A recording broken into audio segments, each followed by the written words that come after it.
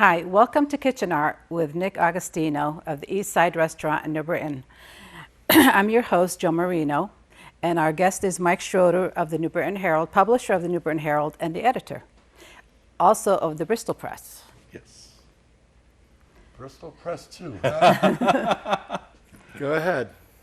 Well, hello, Nick Augustino here. Tiggy-tuggy, hoy, hoy, hoy.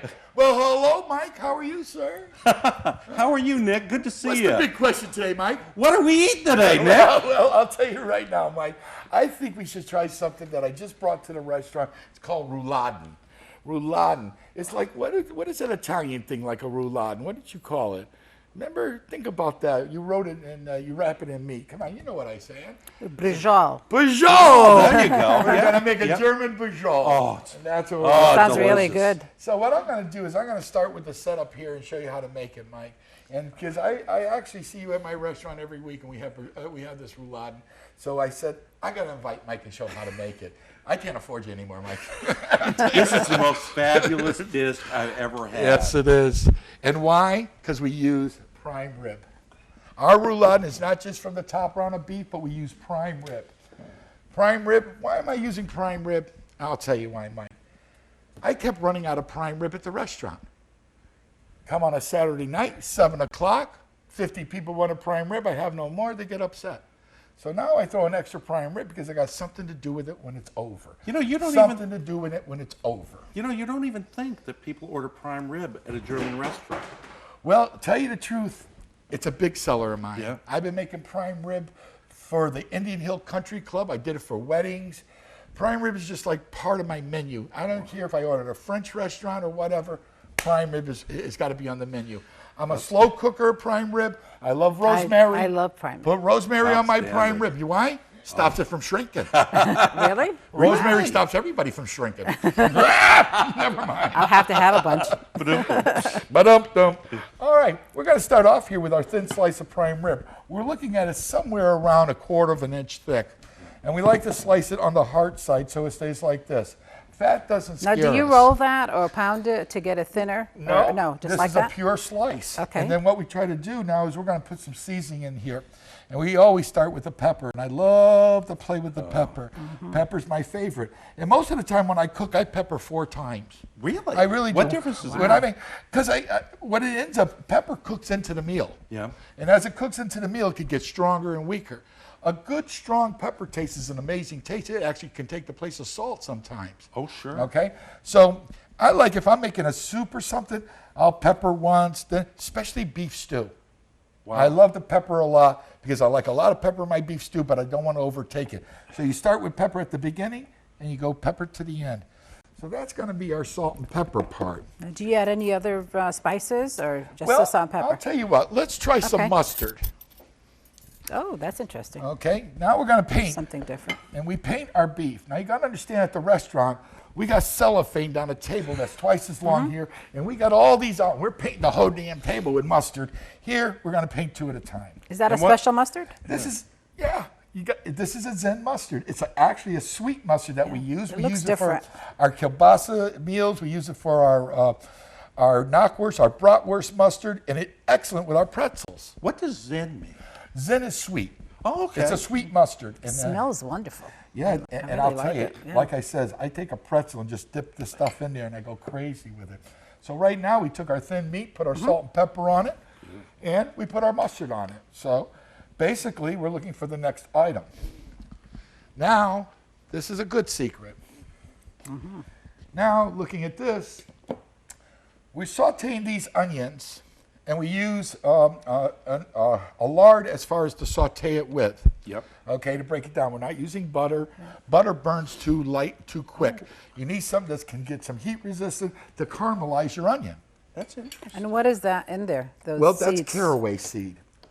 I tried to make this. I didn't know the flavor that I want. I read a few recipes, and they said caraway seed. So I gave up the oregano, the garlic, and the basil, and I went to caraway. So I turned it to German again. So actually, this is excellent.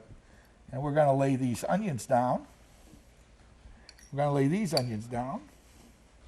Looks great. And now we got our caramel onions. Now that's a beauty. That looks All right. So we're going to set that there. So it's just lard and caraway that you prepare the Yeah, onions we're in? going to have those onions down there, and you got to actually know that I threw a little salt and pepper in those onions while they're cooking. Okay. Okay, threw some caraway seed in there. Got the lard, not too thick, not too heavy, just enough so it doesn't stick to the pan. And we're flipping it until finally the onions turn pearl. Then you turn up the heat to caramelize, so that sweetness and whatnot really gives you a good Start flavor. medium, then turn it up. That's right. Finish it. That's what I want it to taste like. Wow. Oh, pickles. And So now, is that bacon? this is bacon. Interesting. I always like to half cook my bacon. And the reason why, if I put raw bacon in there, it won't cook enough for me. It'll stay chewy and raw. So I'll just cook it halfway. Just enough to get most of the grease out of it and whatnot. And then I lay my bacon. Just standard bacon. I'm using a Vermont maple bacon on this. Is it smoked? It's smoked, and it's great. It goes over very, very well. But we're going to switch it this way. My rolling technique. And the pickle goes in the sandwich too? Yeah. Wow. Pickle's what really threw me the first time I had this. But tell me something. It makes the crunch. Really? That's what I was I've going never to tried say. it. I'll The have to try it. texture of eating this pickle while you're eating meat and bacon and onions, it just throws you, and it's just such a flavor. And we take this, and now we're rolling. Oh, that looks delicious. Now It does. we're finished. And now we're rolling. Now, why is there no pickle in that one? Just this one. Did you put a pickle in that one? No. That's why we got her here. I've been wondering what it was, and I just Obviously, figured it somebody out. I am a in the cook. I dining love to room cook, asked for so- one without a pickle. You know, I heard that too. Good girl. Thank you. So now we got our roulade. Now we're going to put it in the oven. And if I could find the demi-glaze. Oh, Now, what's this made out of? Now What's demi-glaze is pork. And what we do is we take the pork juices and boil it. Can we show them the camera? We take pork juices and boil it. Then we tighten it up with cornstarch. okay. And once we tighten it up, we get all this pork flavor and whatnot. And that's it. And that's it. Wow. Now we take our plate, and we just threw these two in the oven.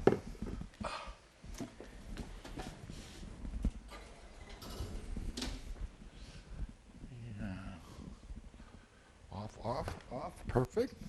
Tell you, that smells good. It's not even Now, cooked we yet. take our plate and we say, we need spetzel. Oh, on the So- spetzel. Oh, That's right. What is spetzel? Is it noodles? Spetzel is a German noodle. We make it every day. Every morning, yeah. we have a chef there, and he's got a press. And he presses the noodles through these small holes, goes into boiling water. Once we reach it to a boil, then we ice it. And so it comes out to a perfect texture noodle. That's really different. I've never seen anything like that. Oh, yeah. And we sell a ton of it. People, it's different. So now we're going to put that in the water, Mike.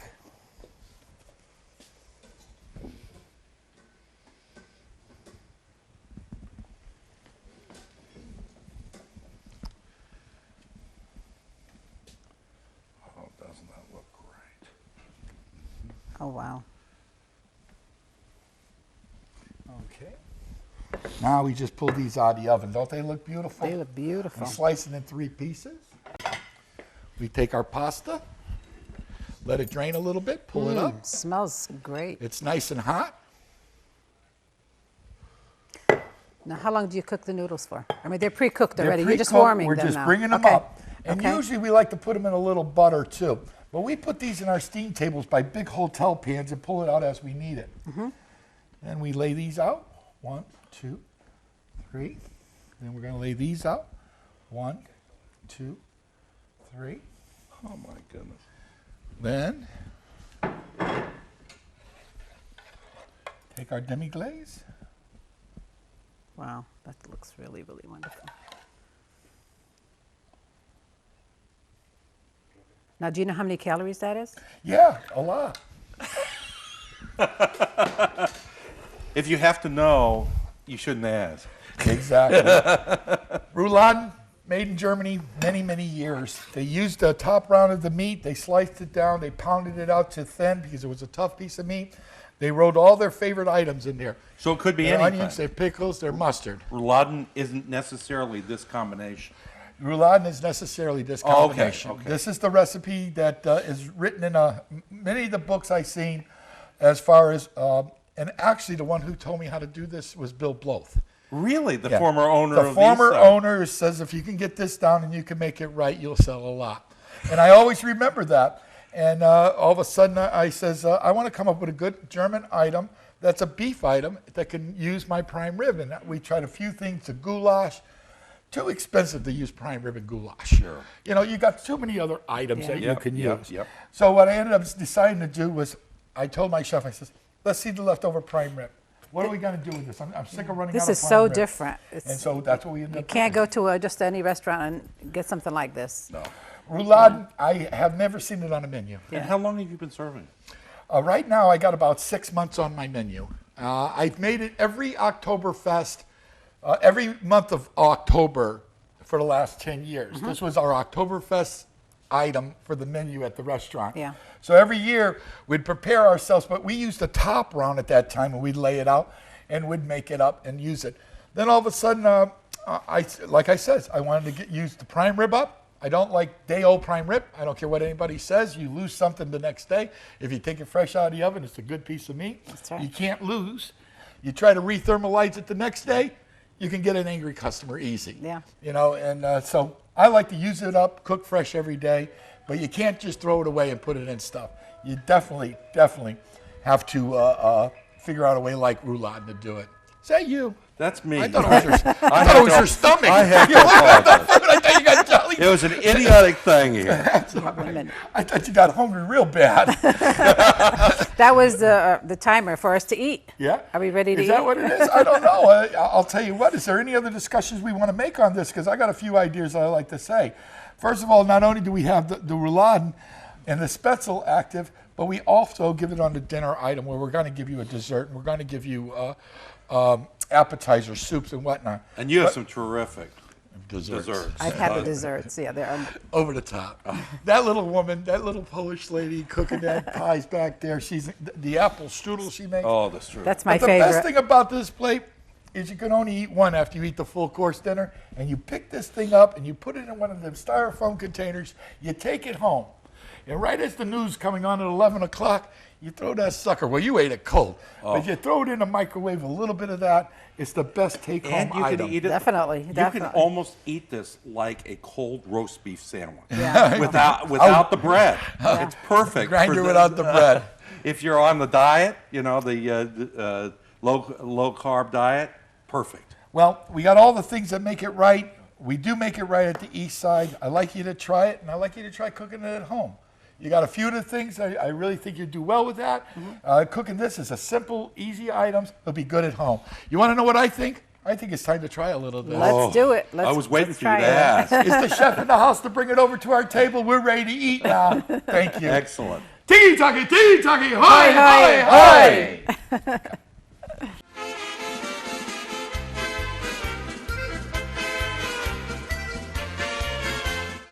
And why do I like to come back to Nutmeg?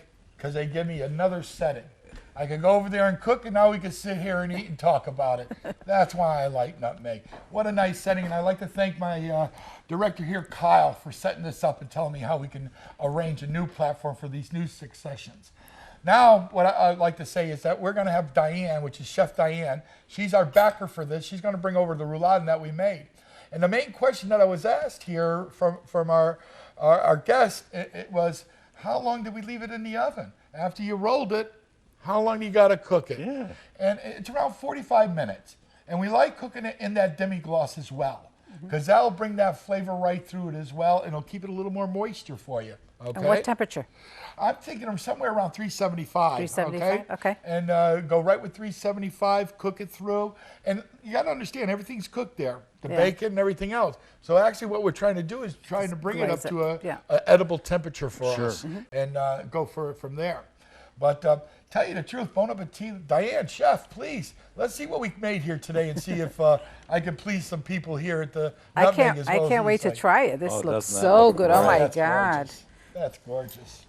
Really does look good. Now, you were telling me, Nick, that this is probably one of your biggest sellers. What happened, it's taken off. The worst problem I had, which I told you, was I was running out of prime rib all the time. Well, now I run out of roulade all the time. But you I was there for dinner one night and you were out. I know. And it's not that we don't prepare as much as we can, just that people come in. I said in one of my shows, the hardest thing I have to do is figure out what people are going to eat when they come to my restaurant. How much product to put on, what you're going to be prepared for. All of a sudden, I threw on 3 pieces of prime rib and sold 2. Oh my God, you know, or you threw on 1 and could have sold 4. So basically, But you seem to always find a home for what you don't sell. you got to. I can't throw away anything. I'm telling you, I try to use what I purchased to the fullest amount. And also, to bring up Bloth's name again, he was so frugal. When you talk frugal gourmet, this guy was frugal. Bill Bloth used everything. If that came in on a bone, there was a place for the bone.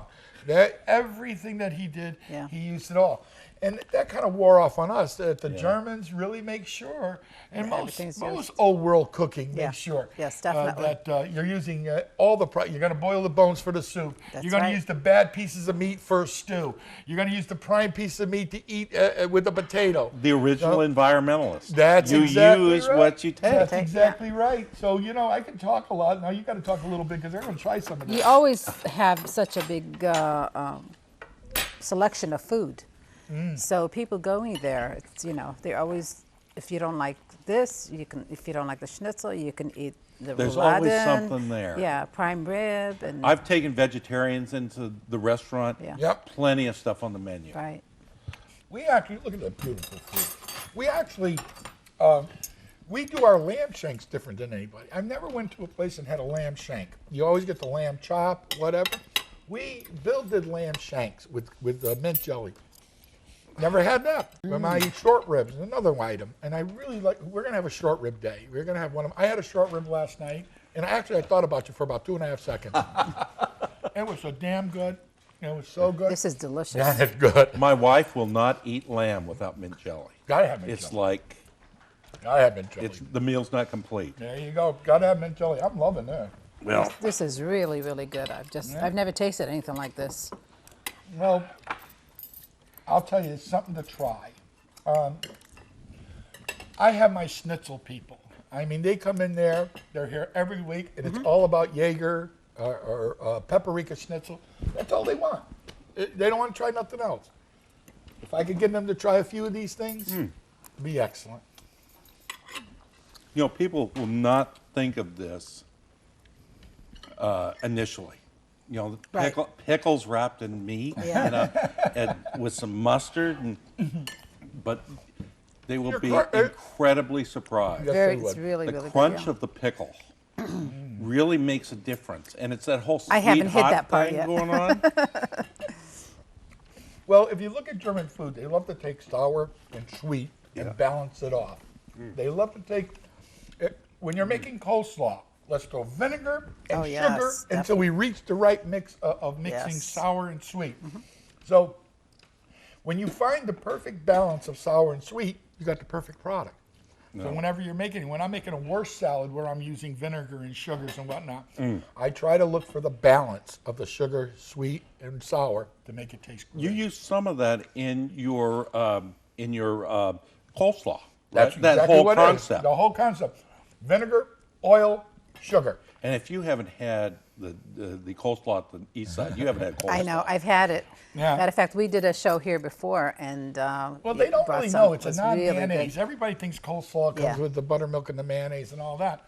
We do not use any type of mayo. It's done oil, vinegar, salt, pepper, There's a little special ingredients you always have that Of you course, throw in you there to have make to. it right. But our coleslaw, Hartford Current, Yep. letter in it. I'd really like to know how the East Side makes their coleslaw. Yeah. Don't you know they called me up? You know what I had to say to them? You can get it by the court.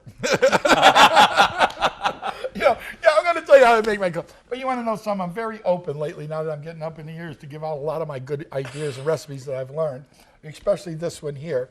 This was a terrific one that we practiced on at the very beginning of the East Side years. And we did it on October, and now we're doing it as a main item in our restaurant. And it's going over, it's flying colors. It's going over very well. Another unique item you have there is the Klingberg dog. Yes, Right. it's a long spiced dog. We started that with the Klingberg Family Center. They wanted to At have a fundraiser. Oktoberfest, Chef right? Diane, could you crack us some of that Hinkle champagne? I'd really like us to taste some of the Hinkle champagne before we get off the air here. This is a German. It's not a champagne because you can't call it. If it's from France, you could call it champagne. It's wine. But it's a sparkling wine. If it's not made in France, you can't call it a champagne. So this is a sparkling wine out of Germany. It's a big sponsor of my Oktoberfest. And Excellent. Yeah, and we're going to try this. And I think And when is Oktoberfest going to be this year? we're going to try, we're not going to try. We actually got the contract for the 12th, 13th, and 14th of September. Yep. And the reason I say September is because that's the better weather for us. If we waited to do an Oktoberfest It'd be in too cold. October, Too my iffy. gamble, Yeah, my gamble's yeah. way over. Our gamble's way over Yeah. our head with the customers and all. But basically, we're looking for sponsors. Yeah. And Hinkle stopped in and said they had something from Germany they would really like to sponsor. They can't get it in the States as well. They got a beautiful Riesling, you know, but their Riesling's a little more expensive than I would try to use it. But this product that I'm going to let you taste now and that they're going to bring to the Oktoberfest, and I'm using it at the East Side now, it's a sparkling wine, and it's called, remember? Hinkle. Hinkle. Don't you forget it. I always do that. You want to know why? Now no one's going to forget That's right. I it. won't forget it. Everybody's going to say, what was it? Tinkle. Hinkle. H-I, Hinkle in a right? jar that sparkles. I love H-I, right? that. Huh? H-I. Hinkle. Hinkle. Because also in Germany, the knives are Henkel, right? H-E, H-E. right? Yeah. And that's the first thing I said to this guy. Is it the same company that makes the knives? And he says, no, it's not. Bon appetit. Bon appetit. In Germany, they say Prosit. Oh, Prosit! delicious. Oh, isn't that's that very good? It really Now, is. can you imagine It really is. in these fluted glasses walking down Main Street, New Britain, with this sparkling wine, and it's a dark night, and all the lights are on, the bands are playing, and you're just strolling down there, eating a dog or whatever you want, some nice food. Well, if and anybody drinking champagne. remembers being there last year, it was Oh, yeah. a great time. Yes. The weather was good. Yeah. We had Well, good. You know, 70% of my battle was the weather. Yep. I had 3 great days, so everybody was happy with just the weather. So good once you get that music, pass, good you got a food, pass. Definitely. good entertainment. Yeah. It I do basically that. had it all. Yeah, I loved it, yeah. My Aunt Pelid was the interesting part of the entertainment for me, to book it all and plan it all. In And- 6 weeks, right? In 6 weeks. See, I didn't give her a big challenge. I gave her a challenge. And she took it by the horns. And we did, the Rod Stewart imitators, the Beatle imitators, because we figured that's what the crowd was Right, going to yeah. want. And it went over well. It went over well that the mayor sat down and says, listen, we got to do this again, Nick. How are you going to do it again? And I made sure I put together a package that we're going to do it again. And we're going to, actually, for me to do it for 1 year doesn't pay, but I needed a 6-year contract. And because I'm going to invest a lot of money and I need to get it back over time. And I know it's going to be a great investment I think it because is. it can only get better from last year. Well, the East Side was a great investment for me. Now let the Oktoberfest speak. Thank you very much for this show, listening to my show, hearing my food, and thank you, Mike, Thank you, Nick. for the first one of this session here. You A opened my door for the next 5, and I know that. Thank you. And to you, dear, Thank for a you. great job for the first job. Can't wait for the second one. Thank you. And we'll come back next Who's time. on next? Who's our next week's show? Next week is Ann Pila. Ann Pila. She's going to come on, and we got another secret guest coming on for the fourth show. Are we going to be secret about Thank you very much. We don't want to say that? secrets? We got a lot of secrets. We'll all bring them here to the nutmeg. Thank you so much.